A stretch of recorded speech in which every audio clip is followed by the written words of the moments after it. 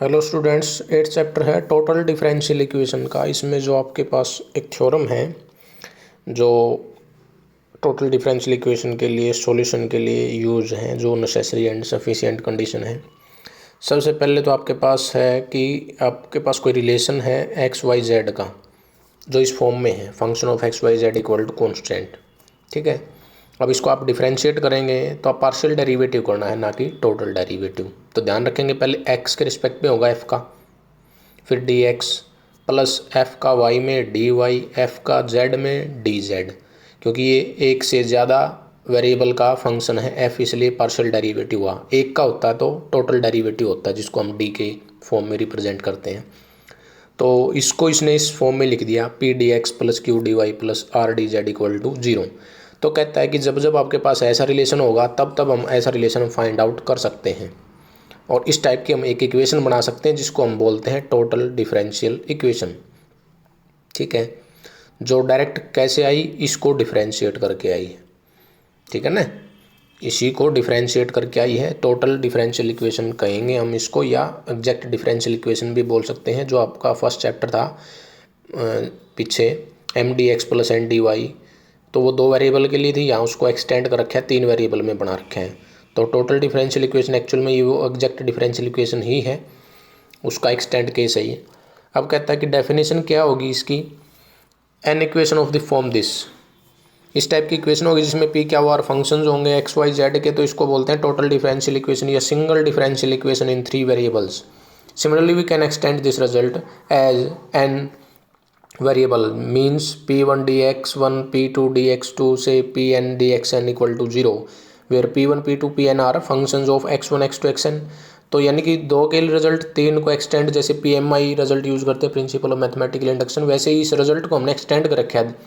पहले तो M D X plus N D Y थी, फिर M D X plus N D Y की बजाय ये 3 वेरिएबल में P D X plus Q D Y plus R D Z बनी, एन वेरिएबल में एक्सटेंड करके ये बना दी। तो ये सभी क्या है, टोटल डिफरेंशियल इक्वेशन है, जिसको आप डिफरेंशियल इक्वेशन भी बोलते हैं। अब कहता है कि इसको प्रूव करना है कि to prove the necessary and sufficient condition for the integrability of total differential equation this is, कि आपके पास P D X plus Q D Y plus R D Z जो इक्वेशन है, उसकी जो नेसेसरी एंड सफिशिएंट कंडीशन निकालनी है वो क्या होगी, वो कंडीशन ये होगी। इंटीग्रेबिलिटी का मीनिंग इंटीग्रेशन हो सकता है, मीन्स सॉल्यूशन निकाल सकते हैं उस इक्वेशन का जो P D X plus Q D Y plus R D Z equal to 0 थी। तो necessary and sufficient condition, necessary condition में क्या होगा, हम ये मान के चलेंगे कि ये जो इक्वेशन है टोटल डिफरेंशियल इक्वेशन, वो ये है आपके पास। ठीक है, टोटल डिफरेंशियल इक्वेशन है इक्वेशन 1। अब और क्या मेरे पास है, ये इंटीग्रेबल है, मीन्स इसका सॉल्यूशन एग्जिस्ट कर रहा है। तो इसका सॉल्यूशन हमने क्या मान लिया, फाई मान लिया, जो किसी के कांस्टेंट के इक्वल हो सकता है। एक चीज़ जो मेन है, जो टारगेट है, क्या है कि आपके पास ये function of X Y Z है। क्या है, ये function of X Y Z. ठीक है, अब क्या किया है, सुनना ध्यान से, मैंने मान रखा है कि ये इक्वेशन जो है टोटल डिफरेंशियल इक्वेशन है, ये इसका मैंने सॉल्यूशन मानना है, जिसको आप इंटीग्रल भी बोलते हैं। प्रूव ये करना है कि जो पी क्यू आर है वो इस कंडीशन को सेटिस्फाई करेंगे। ठीक, पी क्यू आर इसको क्या करेंगे, सेटिस्फाई, वो टारगेट है आपका प्रूव करना। अब वो देखो कैसे प्रूव कराया है। अब डी फाई क्या आएगा, डी फाई यही आएगा, क्योंकि हमने क्या किया है, फाई को सॉल्यूशन मानना है P D X plus Q D Y plus R D Z का।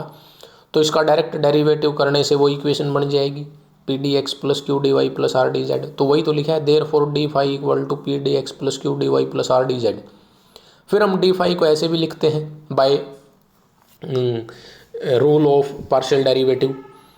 तो ये दोनों डी फाई की वैल्यू हैं, तो दोनों अगर सेम है तो इनके कोफिशिएंट का जो रेशो होगा वो भी सेम आएगा। डी एक्स का कोफिशिएंट का रेशो निकाला है उसने, डी वाई के कोफिशिएंट का रेशो निकाला है, डी जेड के कोफिशिएंट का रेशो निकाला है, इक्वल टू जो लैम्डा माना है, जो लैम्डा है वो फंक्शन है एक्स वाई जेड का। ये लिखना बहुत ज़रूरी है, where lambda is function of X Y Z. फिर हमने क्या किया, ये रेशो निकाल ली, इनकी वैल्यू निकाल ली ना। ठीक है, एक केस निकालूंगा, दूसरा तीसरा सिमिलर होगा। क्या होगा वो फर्स्ट केस, क्या है कि ये जो सेकंड ऑर्डर डेरिवेटिव है, कहता है कि दोनों सेम होंगे। क्या फाई का वाई एक्स में निकालूं या फाई का एक्स वाई में, क्या होंगे, सेम होंगे। ठीक है, तो ये दोनों सेम होंगे, तो हमने क्या कर दिया, इसको थोड़ा सा सिंप्लीफाई करके लिख दिया, ये बने। ये सेकंड वाला स्टेप कि हम इसको ऐसे लिखेंगे। अब इसमें फाई का एक्स में पार्शियल डेरिवेटिव की वैल्यू यूज़ कर दी लैम्डा पी, उसमें लैम्डा क्यू यूज़ कर दिया, फिर इसको डिफ्रेंशिएट किया है। जब डिफ्रेंशिएट करेंगे तो ध्यान रखेंगे लैम्डा का भी डेरिवेटिव हो, क्योंकि लैम्डा जो है function of X Y Z है। फर्स्ट सेम सेकंड का डेरिवेटिव प्लस सेकंड, ये अरेंजमेंट कर दी हमने। यहाँ तक इक्वेशन नंबर 3 आ गई। ये मैंने ऐसे किया है जब फाई का मैंने पार्शियल डेरिवेटिव एक्स वाई या वाई एक्स में सेम माना है ये। Similarly we can prove fourth and fifth, same concept क्या रहेगा। वहाँ मैंने पी क्यू के लिए लिया था, यहाँ क्यू और आर के लिए लूँगा, और यहाँ आर और पी के लिए। तो ये 3 4 5 जो आई, 3 को पी से मल्टीप्लाई, 3 को आर से मल्टीप्लाई, फिर इसको पी से मल्टीप्लाई, इसको आर से, इसको पी से, इसको क्यू से मल्टीप्लाई करके जोड़ दो। ये पता है, ध्यान भी रह जाएगा, क्योंकि जो कंडीशन थी वहाँ से पता भी चल जाएगा कि इसके साथ आर आना चाहिए, आर आएगा। तो अब मैं क्या करना चाह रहा हूँ कि जब ये आर पी जेड से मल्टीप्लाई होगा तो राइट साइड वाले कट जाएंगे, तो राइट साइड में क्या बचेगा, 0। ठीक है। अब जो लेफ्ट में लैम्डा था कॉमन आ जाएगा, वो लैम्डा हट जाएगा क्योंकि राइट साइड 0 है, क्योंकि लैम्डा जो था वो ऐसा फंक्शन है जो नॉन जीरो फंक्शन है, जिसकी वैल्यू 0 नहीं हो सकती। तो ये बचा है, और यही हमने कंडीशन निकालनी थी, बस यही प्रूव करनी थी, यही टारगेट था, जिसको हम शॉर्ट फॉर्म में डिटरमिनेंट से याद करते हैं। जो मैं बार बार कहता हूँ कि ये कंडीशन, ये एक ही मीनिंग है जो डिटरमिनेंट फॉर्म में लिखी हुई है। तो ये तो क्या है, which is the necessary condition for integrability of equation 1। अब आ जाओ सफिशिएंट कंडीशन पे, उसको थोड़ा सा ध्यान से सुनना, वो थोड़ा सा टिपिकल हो सकता है, ना समझ में आए तो एक दो बार पढ़ोगे तो समझ में आ जाएगा। तो बात ये है, सफिशिएंट कंडीशन में जो गिवन इक्वेशन थी वो, उसके जो पी क्यू आर जो कोफिशिएंट थे वो इस इक्वेशन को सेटिस्फाई कर रहे हैं, हम ये मान के चल रहे हैं। क्योंकि सफिशिएंट कंडीशन में हम ये मान के चल रहे हैं कि पी क्यू आर इसको सेटिस्फाई करेंगे। हमारा टारगेट क्या है कि उसका हमने सॉल्यूशन ढूंढना है। Means P D X plus Q D Y plus R D Z क्या है, इंटीग्रेबल है, मींस उसका सॉल्यूशन एग्जिस्ट करेगा। मींस एक एक्स वाई जेड का ऐसा फंक्शन आएगा जो किसी कॉन्स्टेंट या 0 के इक्वल बनेगा। सबसे लास्ट में हमारे पास वो टारगेट है। अभी देखो सुनो, वी एज्यूम दैट रिलेशन 6, जो ये रिलेशन 6 है, जो इस इक्वेशन के कोफिशिएंट है वो इसको सेटिस्फाई कर रहे हैं, ये हम एज्यूम करके चल रहे हैं। Similar relation hold for lambda P lambda Q lambda R. ये भी प्रूव कर सकते हैं कि lambda P lambda Q lambda R जो इस इक्वेशन के क्या होंगे, कोफिशिएंट होंगे, वो भी इसको क्या करेंगे, सेटिस्फाई करेंगे। एक वीडियो सेंड करूँगा, उसमें आप चेक कर लेना कि इसके अंदर लैम्डा पी को वो P1 P2 P1 क्या 1 R1 वगैरह मान के चलता है, लेकिन ये प्रूव करने की वैसी ज़रूरत नहीं है। ये इजीली हम कर सकते हैं प्रूव इसको कि लैम्डा पी यानी कि पी की जगह लैम्डा पी, क्यू की जगह लैम्डा क्यू, आर की जगह लैम्डा आर पुट करेंगे तो वो भी इस इक्वेशन को क्या करेगा, सेटिस्फाई करेगा, इक्वेशन 6 के जो रिलेशन है। अब क्या है कि ऐसा केस बनेगा कि जो ये इक्वेशन होगी ना P D X plus Q D Y equal to 0, ये एग्जैक्ट डिफरेंशियल इक्वेशन बनेगी। क्यों? क्योंकि ये लैम्डा से मल्टीप्लाई करने के बाद वो इसको सेटिस्फाई कर रहे हैं। सेटिस्फाई करना मीनिंग एग्जैक्टनेस को प्रूव कर रहे हैं। मीन्स ये क्या बनेगी, एग्जैक्ट बनेगी। एग्जैक्ट बनने का मीनिंग ही क्या होता है कि वो किसी फंक्शन का टोटल डेरिवेटिव के इक्वल बनेगी। ठीक है, लैम्डा से क्योंकि मल्टीप्लाई किया, लैम्डा एक तरह से इसका इंटीग्रेटिंग फैक्टर का काम करेगा। लैम्डा इसका इक्वेशन का इंटीग्रेटिंग का फैक्टर का काम करेगा एक टाइप से। ये वही तो कंडीशन है इंटीग्रेटिंग फैक्टर वाली ही, जिसमें हम curl M by curl Y equal to curl N by curl X दिखाते हैं ना, ये वही कंडीशन है यहाँ। ठीक है, ये 3 के लिए है, वो 2 के लिए थी। अब मैं ये कह रहा हूँ, इसको ध्यान रखेंगे कि अगर लैम्डा से मल्टीप्लाई करने के बाद भी वो इक्वेशन नंबर 6 सेटिस्फाई हो रही है, इसका मीनिंग लैम्डा इंटीग्रेटिंग फैक्टर है। इंटीग्रेटिंग फैक्टर होने से वो इक्वेशन एग्जैक्ट बनेगी। एग्जैक्ट बनेगी तो इसमें हमारे पास केस क्या है कि ये इक्वेशन जो बनेगी वो एग्जैक्ट होगी, P D X plus Q D Y equal to 0 sure है। अगर नहीं होगी तो किसी एक्स वाई के फंक्शन से मल्टीप्लाई करके हम इसको बना सकते हैं, जिसको हम इंटीग्रेटिंग फैक्टर बोलते हैं। उस केस में क्या होगा, curly P by curly Y equal to curly Q by curly X होगा, क्योंकि P D X plus Q D Y है, जैसे M D X plus N D Y थी। अब अगर ये ऐसा है तो ये P D X plus Q D Y किसी एक्स वाई के फंक्शन का टोटल डेरिवेटिव के इक्वल होगा, और उस फंक्शन को वो कंसिडर कर रहा है यू, जिसको आप ऐसे भी बोल सकते हैं कि इंटीग्रेशन करने के बाद इस डी यू को क्या लिखेंगे, curly U by curly X D X, right side वाले को plus curly U by curly Y D Y. Coefficient compare कर दो डी एक्स डी वाई के तो आपको ये मिल जाएंगे। ठीक है। फिर मैंने पी का जेड में डेरिवेटिव किया है, क्यू का जेड में किया है, क्योंकि ये मैं यूज़ करूँगा, पुट करूँगा इक्वेशन 6 के लिए, इसलिए मैंने रिक्वायरमेंट जो थी वो कर रखे हैं। उधर से आप देख सकते हैं पी का मैंने जेड में करना पड़ेगा, पी का जेड में करना पड़ेगा, और ऐसे ही क्यू का भी जेड में कहीं ना कहीं यूज़ होगा, ये रहा फर्स्ट में।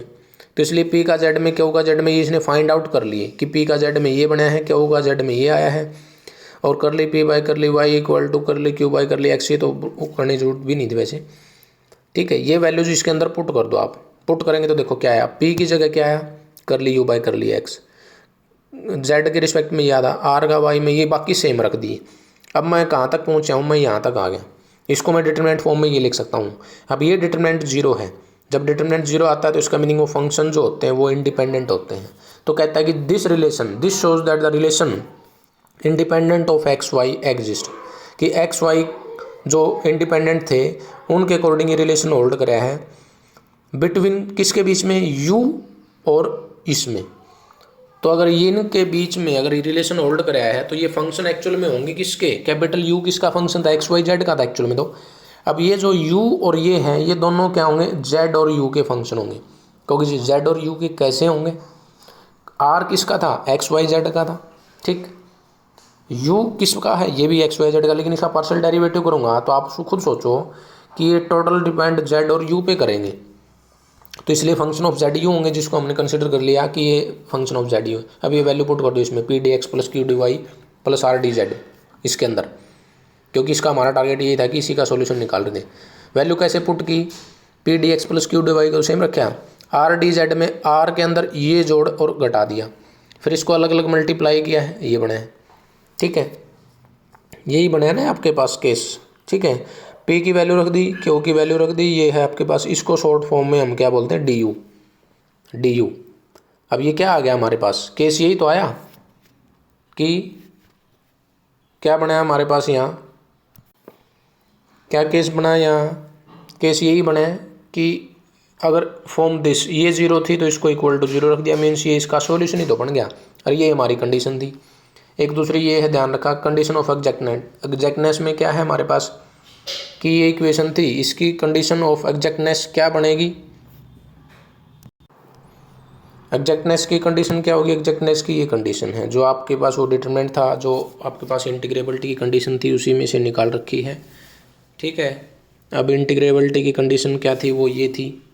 अब इसमें ये थे, ये भी जीरो हो जाए, ये भी जीरो हो जाए, ये भी जीरो, ये जीरो होने का मीनिंग दोनों इक्वल हो जाएंगे, ये कहने का मीनिंग ये हो जाएगा आपके पास ये केस, अगर ये जीरो हो गए तो ये दोनों इक्वल हो जाएंगे, वो आपके पास केस ये आ जाएगा, ये दोनों इक्वल जीरो हो जाएंगे तो ये इक्वल आ जाएगा, मीन्स ये आपस में इक्वल हो, ये इक्वल हो और ये इक्वल हो, तो वो कंडीशन किसकी है, एग्जैक्टनेस की, जिसको आप इंटीग्रेबिलिटी वाला मीन्स इसी से ही लेके आ रहे हैं।